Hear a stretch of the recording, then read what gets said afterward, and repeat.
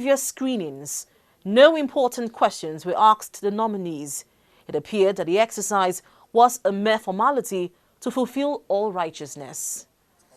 In a last-ditch attempt, the Senate Minority Whip tried to appeal again to the Senate President. I said we passed him once, but before then and now, the issue of Ekiti Gate came up. The best the Senate can do in its wisdom is to defer this screening.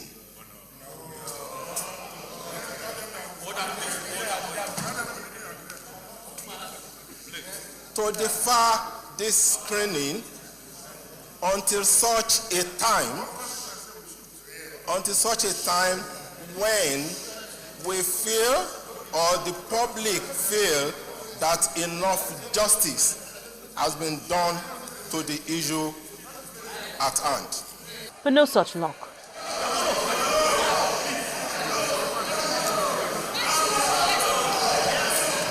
And when the question was put forward, the majority had their way. Is it the wish of the Senate that Senator Obanikoro should be allowed to take a bow and go? Those against say nay. The ayes have it.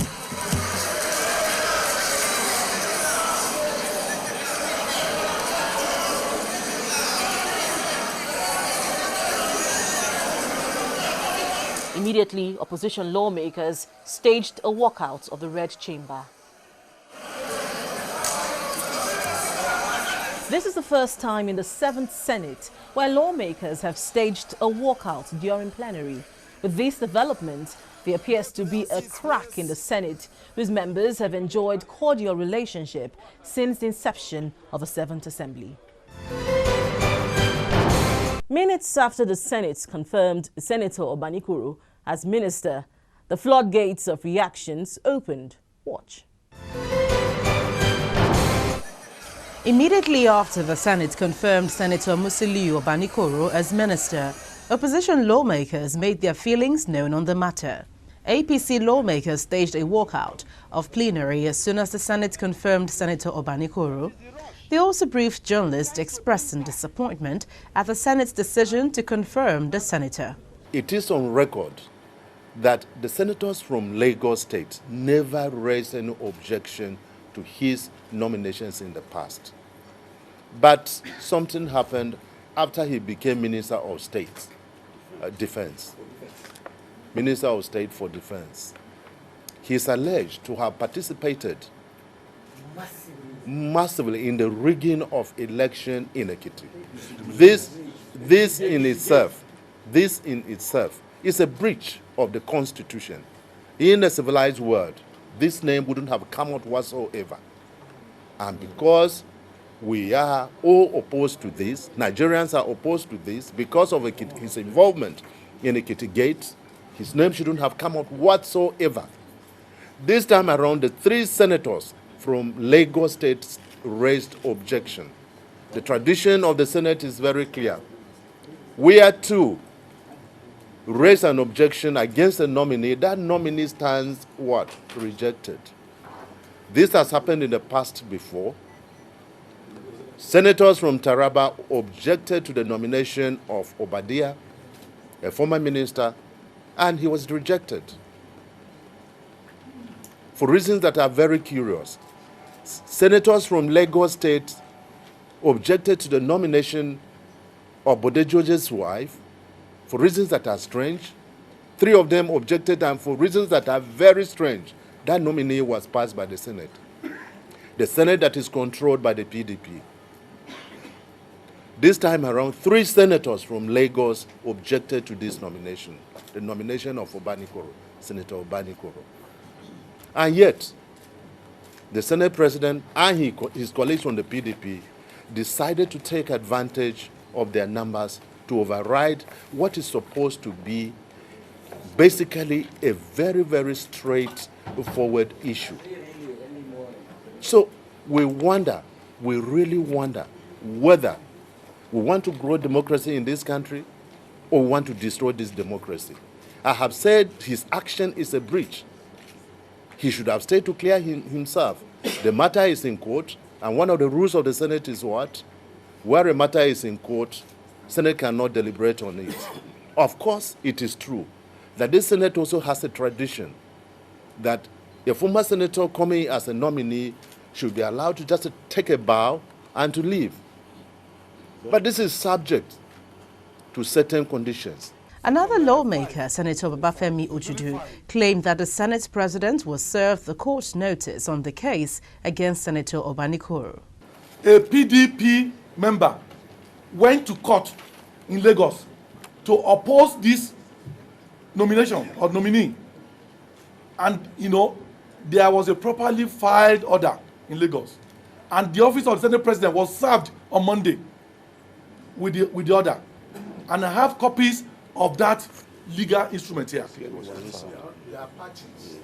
And their party, the president of the Senate is a party to it. In other matters in the past, the president will come to say, look, there is a matter, even in ones that is not a party to. We said there is a case already which has landed off in the newspapers. By virtue of that, it will not allow the matter to be heard. But we are saying that this one, he is a party to it in a suit filed by a PDP member. His registration card is photocopied there.